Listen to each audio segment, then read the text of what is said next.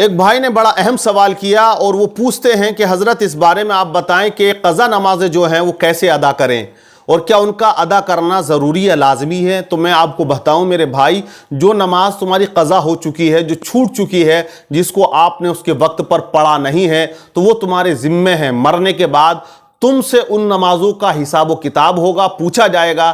قبر میں اور حشر کے دن سب سے پہلے نماز کے بارے میں سوال کیا جائے گا، کیونکہ شاعر کہتا نا کہ ذرہ ذرہ حشر میں کانٹے پہ تولا جائے گا، اور کبریا کے سامنے کچھ بھی نہ بولا جائے گا۔ مال و دولت و چاہ و حشمت سب یہی رہ جائے گی، کیا کوئی لے کر گیا ہے اور کیا کوئی لے جائے گا۔ قضا نمازیں جو ہیں لوگوں کی وہ بہت زیادہ ہیں، پوری انڈیا کی بات نہیں کر رہا، پورے دنیا کے مسلمانوں کا حال یہ ہے کہ ان کے ذمہ نمازیں بہت زیادہ باقی ہیں، کیونکہ مسجدیں آج ہماری بالکل خالی نظر آتی ہیں۔ ڈاکٹر اقبال نے بڑا اچھا شعر کہا کہ مسجد مرثیہ خواہیں کہ نمازی نہ رہے، یعنی وہ صاحب اوصاف حجازی نہ رہے۔ مسجد تو بنا لی شب بھر میں ایما کی حرارت والوں نے، من اپنا پرانا پاپی تھا برسوں میں نمازی بن نہ سکا۔ تو میں طریقہ بتاؤں گا، ویڈیو کو آخر تک دیکھیں، اور بات اچھی لگے تو دوسروں تک بھی یہ اہم مسئلہ آپ پہنچانے کی کوشش کریں۔ تو میں آپ کو بتاؤں قضا نمازیں جو ہیں وہ ذمہ ہوتی ہیں۔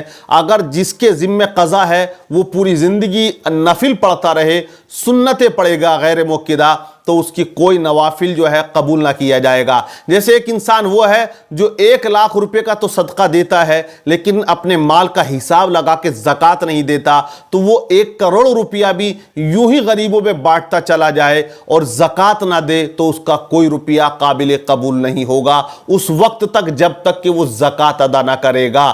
ایسے ہی روزوں کا معاملہ ہے، آپ جو ہے رمضان کے علاوہ روزے نفل پورے سال رکھتے رہیں، لیکن جب تک آپ رمضان کے روزے جو فرض ہیں ادا نہ کریں گے، کوئی نفلی روزہ قبول نہ کیا جائے گا۔ تو بہرحال ہمیں جو فرض ہے وہ ادا کرنا ہے، تو جس کے ذمہ جو نمازیں ہیں وہ ادا کرنا میرے بھائی بہت ضروری اور لازم ہے۔ قرآن عظیم میں اللہ تبارک و تعالیٰ نے 700 سے زیادہ مرتبہ نماز کا ذکر کیا ہے، نماز کے بارے میں فرمایا ہے۔ نماز بڑی اہم اور افضل عبادت ہے کہ ہر مسلمان مرد عورت عاقل اور بالغ پر جو ہے وہ فرض ہے، ادا کرنا لازمی اور ضروری ہے۔ نہ کرو گے تو قیامت میں ضرور پکڑ ہوگی۔ حضرت رابعہ بصری رحمت اللہ علیہا تو فرماتی ہیں کہ اپنے رب کی عبادت اس نیت سے مت کیا کرو کہ جنت ملے گی، یا اس وجہ سے مت کیا کرو کہ دوزخ سے بچو گے، بلکہ دل میں یہ نیت ہو تمہارے کہ تمہارا رب عبادت کے لائق ہے، اللہ بڑا کریم ہے، وہ ہم سے محبت کرتا ہے، وہ سب کچھ ہمیں عطا کر رہا ہے۔ لیکن میں آپ کو بتا دیتا ہوں جو قضا نمازیں ہیں ان کو کیسے ہم ادا کریں، کس وقت ادا کریں، کس انداز میں ادا کریں۔ بہت سے لوگوں کی سوچ یہ کہ جب بوڑھے ہو جائیں گے تب ادا کر لیں گے۔ تو میرے بھائی بوڑھے ہونے کا انتظار مت کرنا، موت بوڑھے ہونے کا انتظار نہیں کرتی ہے، جوانی میں آ جاتی ہے، 40 سال کی عمر میں بھی آ جاتی ہے، 45 میں بھی، 50 میں بھی، پتہ کچھ نہیں ہے کون کب کہاں انتقال کر جائے، یہ اللہ جانتا ہے۔ تو یہ یاد رکھ لیں آپ لوگ کہ بڑھاپے کا انتظار نہ کریں، جوانی ہے، جوانی میں آپ اچھے سے عبادت کر سکو گے۔ بڑھاپے میں تو جو وقت کی نماز ہے وہی ادا نہیں ہو پاتی ہے، بڑا دشوار، بڑا مشکل ہوتا ہے۔ تو میں آپ کو بتاؤں، آپ اپنی زندگی کا کیلکولیٹ کریں، آپ اگر 30 کے ہیں یا 40 کے ہیں یا 45 کے ہیں یا 50 سال کے ہیں، اگر آپ کی عمر 40 سال کی ہو چکی ہے اور آپ کے ذمہ نمازیں ہیں تو آپ ان کو کاؤنٹ کریں۔ آپ ایک حساب لگائیں کہ میری 40 سال کی عمر ہے، 12 سال میں بالغ ہوا، تو 12 سال کی چھوڑ دیں آپ، ادھر کا جو بچپن ہے، کیونکہ نماز جو فرض ہے وہ بالغ ہونے پر ہے۔ جب بچہ بالغ ہو جاتا ہے تو نماز اس پر فرض ہو جاتی ہے، نماز کے تمام جو فرائض شرائط ہیں ان کا سیکھنا اس پر فرض ہو جاتا ہے۔ تو اب آپ حساب لگا لیں کہ 40 سال میں سے آپ 12 سال نکالیں گے، 32 سال بچے۔ 32 سال میں آپ کیلکولیٹ کریں کہ میں نے اپنی زندگی میں کتنی نمازیں پڑھی ہیں۔ سب جانتے ہیں کہ وہ کتنا اچھا ہے، یہ کتنے اچھے عمل اس نے کیے ہیں، کتنے برے کیے ہیں، کیونکہ انسان کو خود کو پتا ہوتا ہے۔ کہتے ہیں نا انسان کے 3 چہرے ہوتے ہیں، ایک وہ چہرہ جو وہ دنیا والوں کو دکھاتا ہے، ایک وہ چہرہ ہوتا ہے جو وہ اپنے گھر والوں کو دکھاتا ہے، ایک وہ چہرہ ہوتا ہے جو وہ کسی کو نہیں دکھاتا، اور وہی اس کا حقیقی چہرہ ہوتا ہے۔ تو اس چہرے کے بارے میں انسان خود جانتا ہے کہ وہ کتنا عبادت گزار ہے، کتنی اس نے عبادتیں کی ہیں یا ریاضتیں کی ہیں۔ تو آپ آئیڈیا لگائیں کہ میں نے